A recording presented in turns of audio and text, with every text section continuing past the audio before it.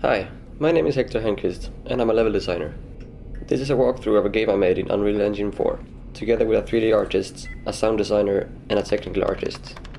We wanted to make a game where the player explored an environment with the visuals from Alien Isolation and solved puzzles along the way. The main objective that I wanted to achieve by making the game was to learn more about the visual scripting language that Unreal Engine uses and learn more about the engine in itself. I thought about what kind of puzzles would be both fun to design and play, and interesting to script. I took inspiration from The Witness, an indie game where the player navigates through labyrinths on monitors in order to progress through the game. Initially I created modular blocks that I could build a level with. The artist could then replace the pieces with his own in a later stage without changing my design. After I had the level blocked out, I started working on the doors. I made them open and close when the player came close or walked away. I also created an object which communicated with the door and unlocked it when the player interacted with it. After that I started working on the puzzles. They basically work like Snake in a maze, but the main difference being that the player can backtrack. I had many ideas of how I could solve it. The first thing I tried was to move the player to another area and have the player walk around in a maze. The player would look at a monitor which filmed the maze from above. When the player moved, triggers would activate different colliders to hinder the player from intersecting with the tail.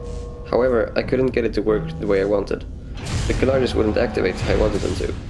So instead I tried to do it with ray traces from the colliders to the player, in order to see which direction the player moved in relation to every collider.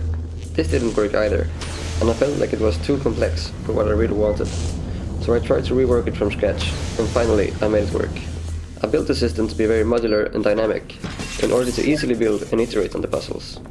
Every panel that has a puzzle can be interacted with by the player. The panel communicates with a door, which opens when the puzzle is completed, a camera that renders the maze, and a spawn point where the player starts the maze. This approach allows the player to stay at the monitor instead of teleporting to the maze. The player can then navigate in a network of nodes, where each node holds references to the adjacent nodes to which the player can move.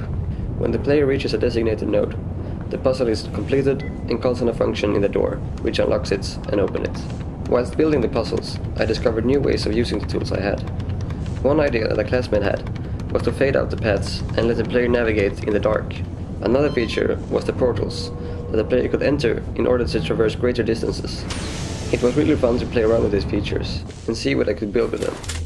When I had built the 6 puzzles that I needed for the level, I scripted the mission, which is to collect 2 batteries and take them to the large monitor in the hub room of the level. All in all, the game was really fun to make, and I really learned a lot of how to use a visual scripting language. I hope you've liked this presentation. If you would like to see more of my work, you can find the link to my portfolio in the description below. Thank you for watching.